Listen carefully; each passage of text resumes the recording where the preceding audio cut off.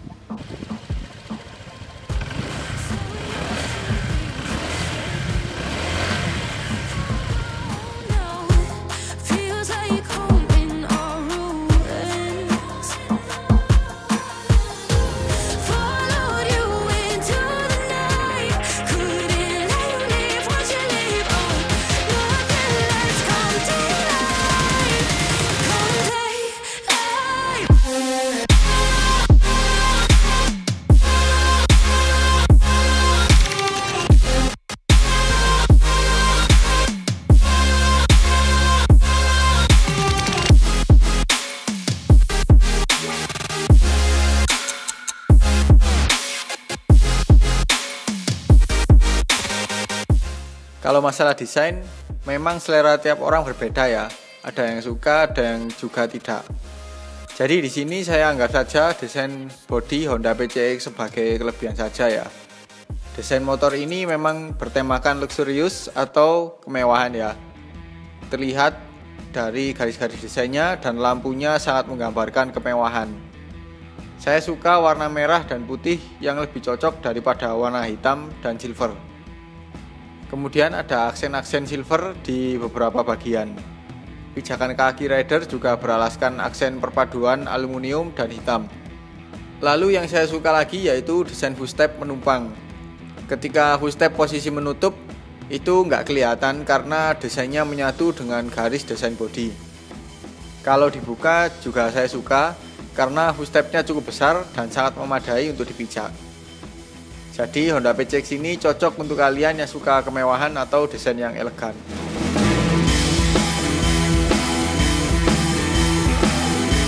Fitur yang ditanamkan di Honda PCX ini juga cukup oke di kelasnya. Semua lampu, baik itu lampu utama, lampu jauh, DRL, sein, dan lampu belakang sudah LED. Kemudian ada keyless yang sudah menjadi standar. Lalu ada hazard, idling source system, power outlet 12 volt untuk mengecas handphone. Layar speedometer sudah negatif display. Ada juga fitur CBS untuk tipe terendah dan ABS untuk tipe tertinggi.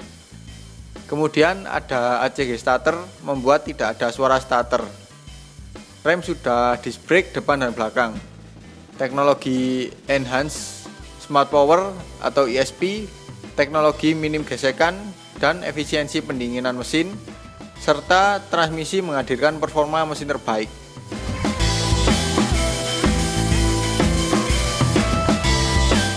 Posisi berkendara Honda PCX ini sangat nyaman, joknya lebar, stang cukup dekat dengan rider, posisi kaki juga nyaman karena ada dua pilihan pijakan, bisa menekuk ataupun selonjor.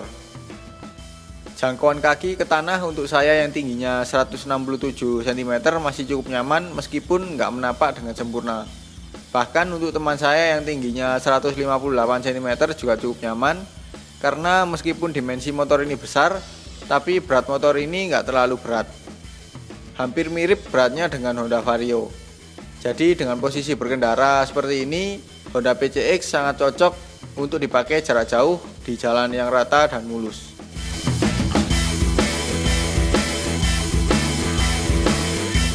Seperti layaknya di motor Matic besar 150cc yang lain, Honda PCX ini juga punya bagasi yang sangat luas.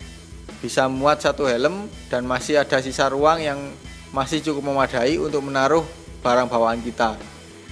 Tapi jangan taruh makhluk hidup ya, bisa-bisa tinggal jasadnya saja.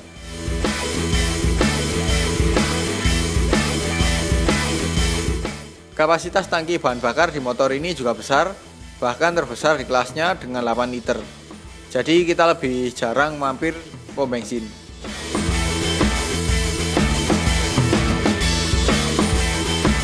Konsumsi bahan bakar Honda PCX ini juga irit. Dari beberapa website diperoleh angka 50,7 km per liter. Sedangkan saya sendiri kemarin beberapa hari mencoba itu paling bagus mendapatkan 44,9 km per liter. Mungkin ini karena tester lain mencobanya di jalan perkotaan yang cenderung rata, jadi lebih irit dari saya.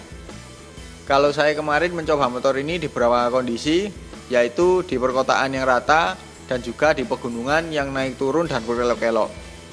Tapi tetap sih ini termasuk irit di kelasnya.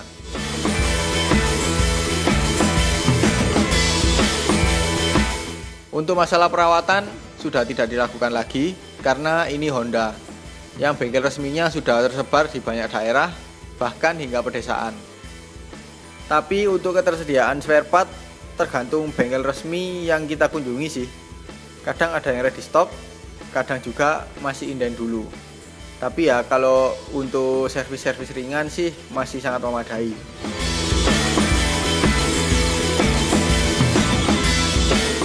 Setelah bahas kelebihan, sekarang saya akan bahas kekurangan Honda PCX.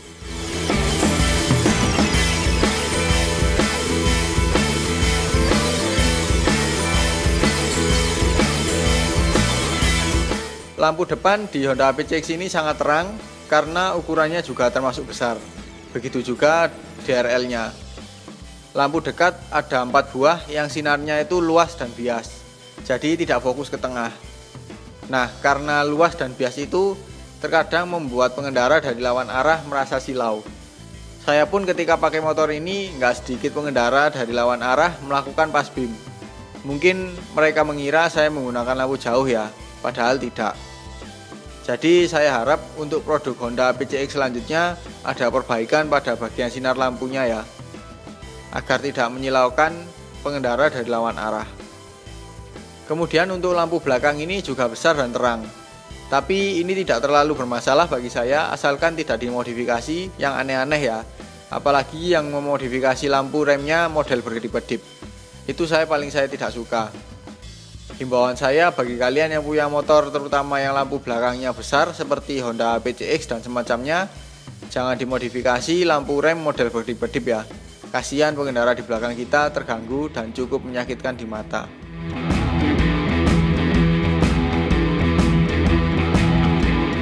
Info yang ditampilkan di panel speedometer Honda PCX ini nggak semewah bentuknya, atau dibilang kurang lengkap. Bahkan dibandingkan dengan Honda Vario 150 masih lebih lengkap Honda Vario 150.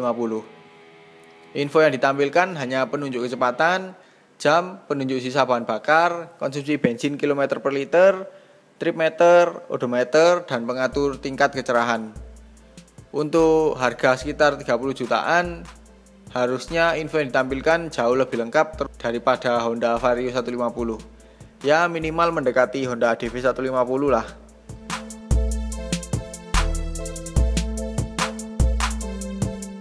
Mesin Honda PCX ini hampir sama dengan saudara lainnya yaitu Honda Vario 150 dan Honda ADV 150. Namun dengan beberapa komponen yang berbeda. Kapasitasnya 150cc SOHC berpendingin cairan. Bor kali stroke 57,3 x 57,9 mm. Tenaganya 14,5 HP dan torsi 13,2 Nm.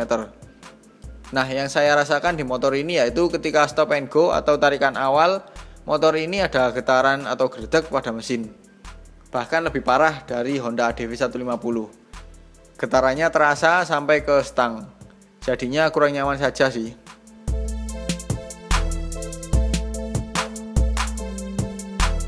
Desain windshield Honda PCX ini juga menurut saya terkesan nanggung ya ukurannya, terutama ketinggiannya. Menurut saya kurang pas proporsinya, mengingat bodi depannya sangat lebar di kelasnya. Jadi bagusnya itu windshield dibuat lebih tinggi agar pas proporsinya. Banyak pengguna Honda PCX yang sudah mengganti windshieldnya dengan aftermarket, entah itu dibuat tinggi atau dibuat mirip kakaknya yaitu Honda Forza.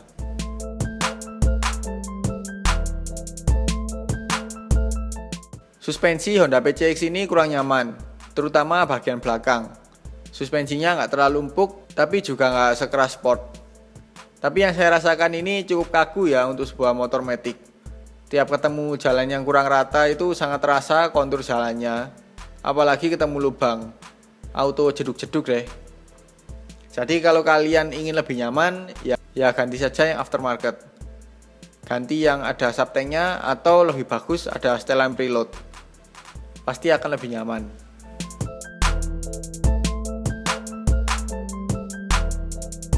Jok Honda PCX ini secara fisik kelihatan nyaman, di mana joknya lebar dan busanya tebal. Namun ketika diduduki itu terasa keras. Ya ini sudah jadi karakter Honda ya, joknya keras. Mungkin ini busanya lebih padat supaya lebih awet. Tapi ya jadi gak nyaman. Ketika saya berkendara dengan motor ini 1 jam, pantat saya terasa sakit. Begitu juga pada penumpang. Bahkan penumpang saya mengakui masih lebih enak naik Yamaha Saber daripada motor ini, meskipun joknya kecil. Ya ini juga yang jadi salah satu poin bagian yang perlu diganti kalau kita mau cari nyaman.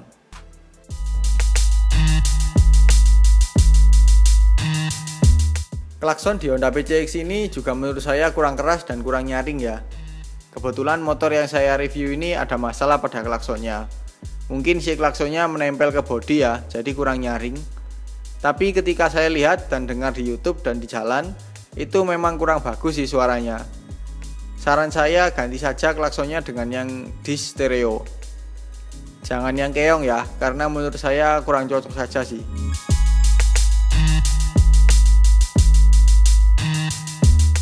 Nah ini juga saya belum tahu pasti apakah ini hanya terjadi di unit yang saya review atau memang selain ini ada juga yang mengalaminya.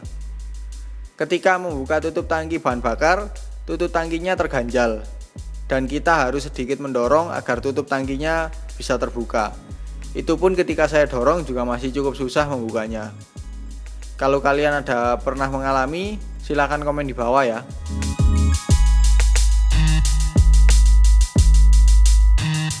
Behel Honda PCX ini dilengkapi dengan cover yang dicat sama dengan warna bodi, jadi lebih elegan. Namun kalau kita sering membawa penumpang yang memakai tas ransel, ya hati-hati saja, apalagi kalau terlalu sering terkena. Tapi kita bisa siasati dengan cara bawa barangnya diletakkan di bagasi saja. Toh kapasitas bagasinya juga sangat luas kok.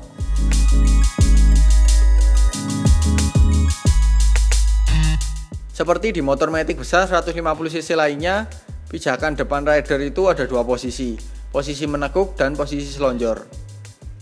Untuk posisi menekuknya itu sangat enak, sangat panjang, jadi leluasa untuk pindah posisi kaki. Namun untuk posisi selonjor itu kurang enak, dimana posisinya cukup sempit, sehingga telapak kaki saya yang punya ukuran sepatu 40 itu tidak bisa lurus. Jadi posisi ujung kaki saya harus keluar bodi. Kalau saya paksa lurus akan terganggu dengan bodi tepat di atas pijakan tersebut. Harusnya dibuat lebih panjang lagi ya.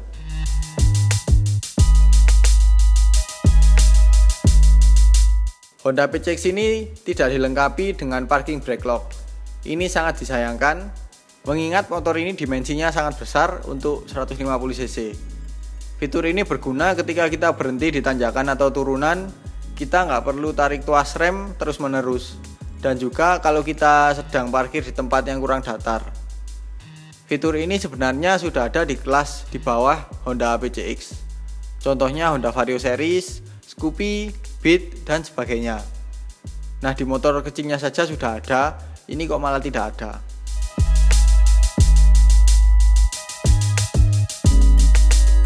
Fitur ABS ini ada di tipe tertinggi. Fitur ABS di Honda PCX ini hanya satu channel, yaitu di bagian depan saja, yang belakang tidak ada. Padahal depan belakang sudah memakai disc brake. Mungkin bagi kalian yang sudah terbiasa mengandalkan rem depan masih oke, tapi kalau kalian yang masih terbiasa mengandalkan rem belakang patut berhati-hati. Karena bisa jadi rawan ban belakang mengunci kalau kita mengerem terlalu dalam.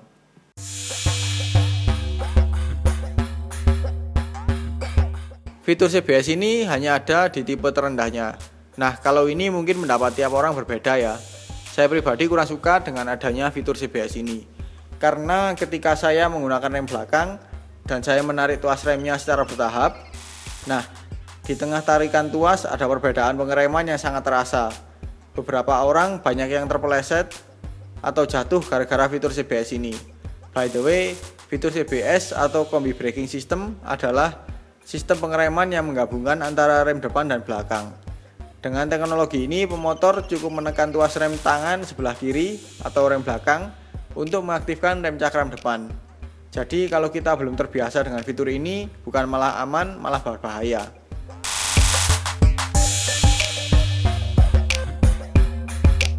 Untuk kepraktisan, Honda PCX ini sebenarnya bagus untuk masalah bagasi. Namun untuk tempat penyimpanan di depan itu kurang praktis. Laci hanya ada satu di sebelah kiri dan tidak bisa dikunci. Jadi tidak aman kalau misalnya kita meninggalkan barang di situ. Kemudian tidak ada pengait untuk menggantung kantong barang bawaan kecil. Ya mungkin untuk masalah pengait nggak terlalu masalah ya, karena di bawahnya ada tempat untuk mengisi bahan bakar. Tapi overall bagian depan kurang praktis.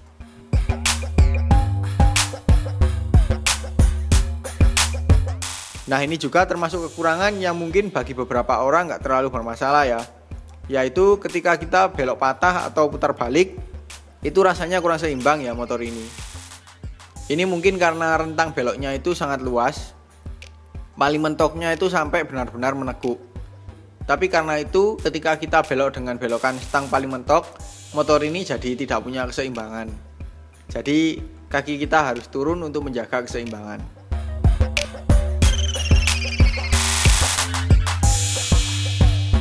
Oke ya, mungkin itu saja video pembahasan saya mengenai kelebihan dan kekurangan Honda PCX 150 menurut opini saya pribadi.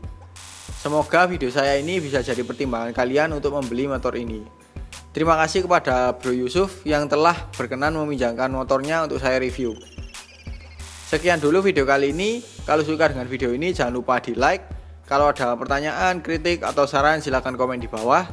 Share juga ke sosial media kalian apabila video ini bermanfaat. Jangan lupa untuk subscribe untuk mengikuti video-video terbaru dari saya.